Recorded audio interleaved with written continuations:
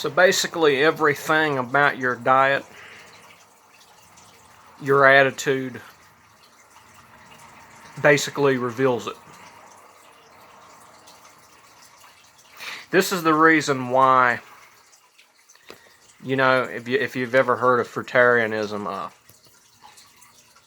there's a buy banana peelings, or even raw veganism. This is the reason why people go raw.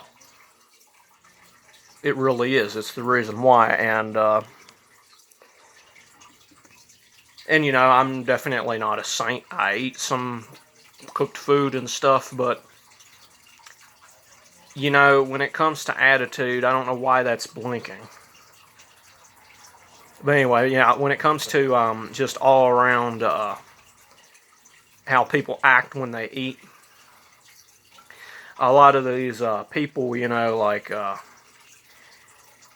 Happy Healthy Vegan and Mick the Vegan and all these, these vegans, they act like they got the healthiest diet in the world. They bash fruit. They talk about how eating too much fruit causes this problem, eating too much fruit causes that problem, and this, that, and the other. But yet they're the ones that are always, they're the ones that are always complaining, about stuff about their health, basically. I wish that would stop. That's so annoying. They're the ones that talk about how, and it's ironic because they're always talking about, I was raw vegan and I had this problem and I had that problem and my life sucked. But if you actually go back to the videos a lot of times where they were actually raw, they were fucking thriving. And now they're complaining. You know what I mean? It's like it's the cooked food that's inspiring them to complain about shit. They're complaining off of zero evidence. Humans are frugivores, and that's the truth regardless of whether people want to accept it or not. What's his name? Mick the Vegan? Or not Mick the Vegan, Nikocado Avocado, right? He's this raw vegan that all of a sudden gives up because he's raw vegan. That's actually wrong. Yes, he was a raw vegan, but you want me to tell you what ended up happening? He ended up doing mukbangs.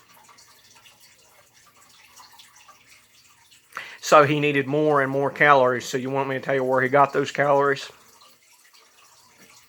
He went to a starch-based diet. He went to a starch-based diet, the diet that Mick the Vegan and all those fancy vegans, always recommend. And then a little bit later, he starts complaining about how he can no longer be vegan. You can ask anyone that's on a raw diet how they feel, and they will say they feel amazing.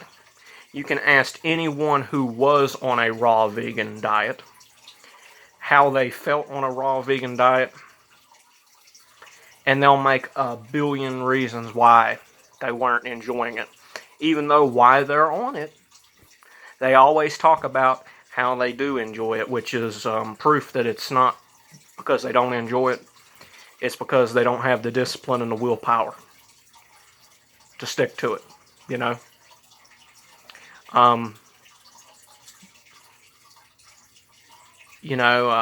Ryan from Happy Healthy Vegan, he always talks about how,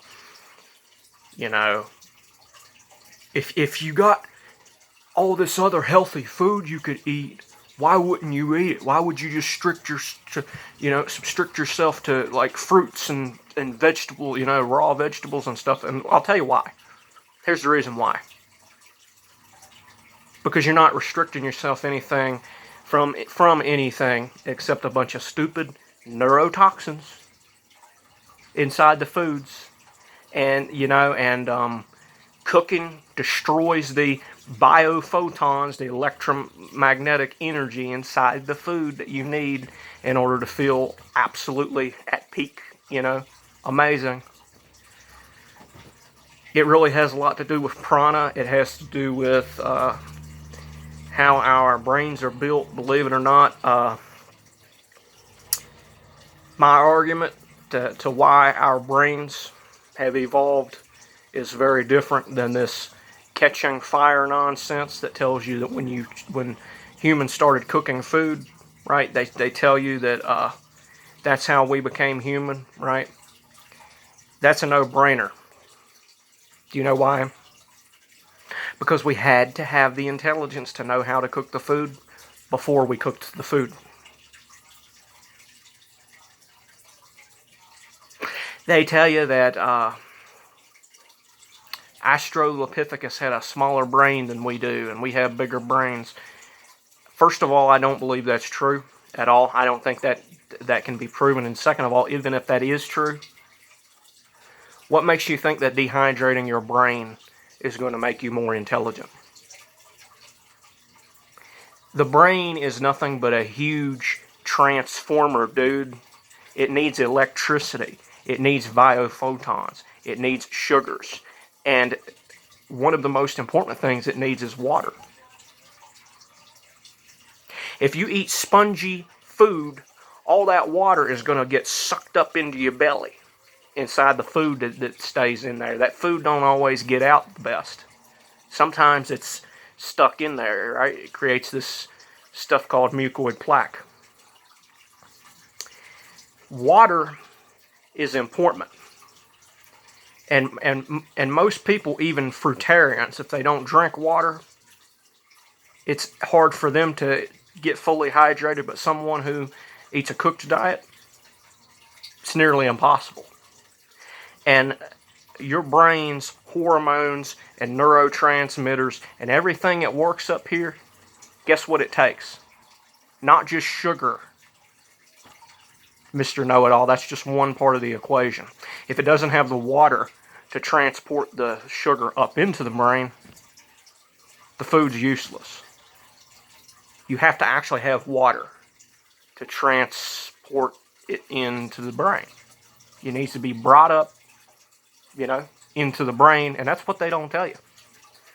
That's what them starchivores don't tell you. So, it's the attitude too, stupid. I mean, the way you act on a cooked vegan diet, and the way you feel like you don't have energy sometimes, and sometimes you get depressed and all this stuff, it's all evidence that you're eating an unnatural diet.